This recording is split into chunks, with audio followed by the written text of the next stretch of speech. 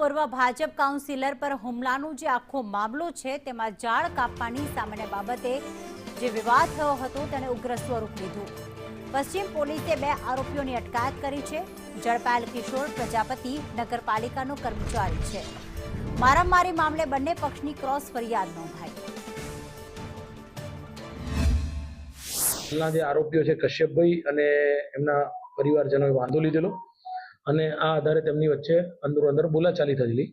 ત્યારે આ કશ્યપભાઈના જે સસરા છે એ કિશોરભાઈ વરિયા એ પોતે લાકડાનો દંડો લઈને આવેલા અને એમને આ લાકડાના દંડાથી રૂપિતભાઈને, એમના માતા અને એમના પિતા પિયુષભાઈને માર મારેલો। જે અનુસંધાને પોલીસે વિગતવારની ફરિયાદ નોંધી લીધેલી છે। બીએનએસની કલમ 115, 118(1), 54 અને 151(2), 351(2), 352 અન્વયે ફરિયાદ નોંધેલી છે।